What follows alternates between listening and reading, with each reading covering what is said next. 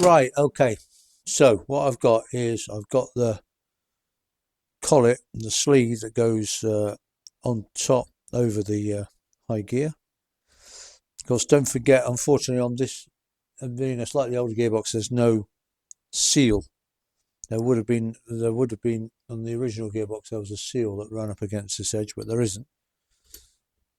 Then I've got I fitted this earlier. This is a slightly higher, a larger gearbox sprocket to give me better gearing on the bike because it's very low geared. Let's see, what's this? Is this a 19? I've forgotten myself. I'm just going to count up what this one is. 1,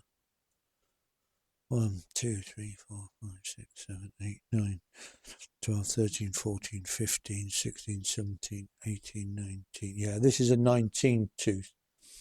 And I think it replaced either the 17 or the 18 that was on there. So that increases the gear. But the actual sprocket is a slightly different design to my original. So what I've had to do is I've had to get a machinist, and they machined out this recess because we need the recess. And the other thing, this boss on the back on the original sticks out a lot further. So what they also did, they made me this spacer ring to make up for the lack of boss. So that's nice. It was good to get when it fits, but it's very slightly different to my original, hence the modification. So that ring now goes on top. Otherwise the sprocket wouldn't be in line, with the rear sprocket when it's on the bike, and the chain would be running skew with. So that goes on, and then because this is now being machined away, just got room for the nut. Get it on the right way up, that always helps.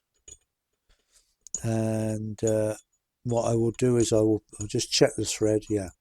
And what I'm going to do now is I'm going to then get some thread lock on it, because there should be a locking washer really under here, I think.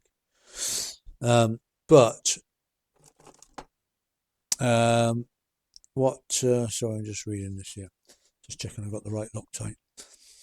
And we no longer have room for a locking tab. So it's we'll have to machine this where it'll be too thin. And obviously we don't want this nut coming undone, and I don't think I've got a spanner that's big enough for it. I use this Loctite, that's better. So putting Loctite on all the threads, because obviously we don't want that nut coming undone when we're going along. Yeah, a bit on the nut for safety.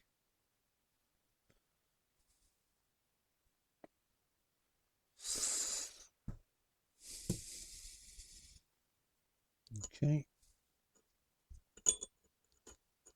and we're putting that screw in the nut. It's a standard right hand thread. Okay, I've got this adjustable that just about goes on it, so that's the best I'm going to have to do, is this adjustable.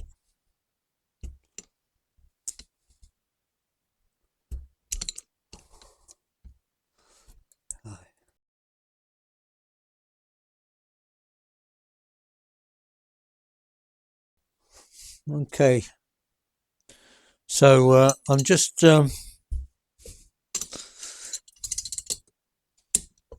tightening this nut up, and I've locked the sprocket with the mole grips, stop it turning, and that's about as tight as I'm going to get it. Right, good. I've sorted that. It's all nice and smooth now. So what what I realised was that when I put the bearing, the main bearing, into the housing, it hadn't seated absolutely fully. I think I can't remember, but I think I heated the case up and it just dropped in the bearing, and I didn't tap it down to check that it was absolutely fully home. So then putting the actual high gear sleeve gear in, that sort of just gets it straight, and so then the center was like fighting the outer because the outer was slightly cockeyed.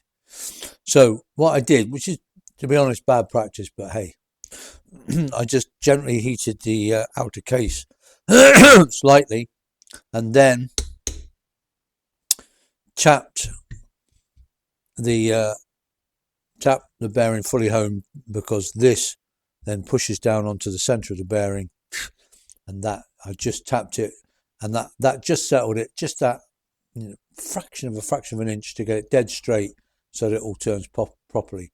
But what I was doing, by doing that, you're tapping down onto the center race of the bearing, not the outer race, which obviously is not a great thing to do. Really, I should have taken the whole thing off and tapped down around the outer edge of the bearing and made sure that was fully home, because you're pushing onto the inner bearing race, and so you're only really tapping on the outer race via the ball bearings, which isn't good. But to be honest, it was only a fraction of an inch. That's all it needed. And so I did that. I heated it up and it all went in dead easy. I didn't have to hit it very hard. So I'm happy with that. And that's what it was. The bearing just wasn't fully seated when I put it in the first time. And so when everything straightens up, the whole thing locked. Anyway, so I'm very pleased with that now. All sorted. And so we can start rebuilding the actual gearbox now.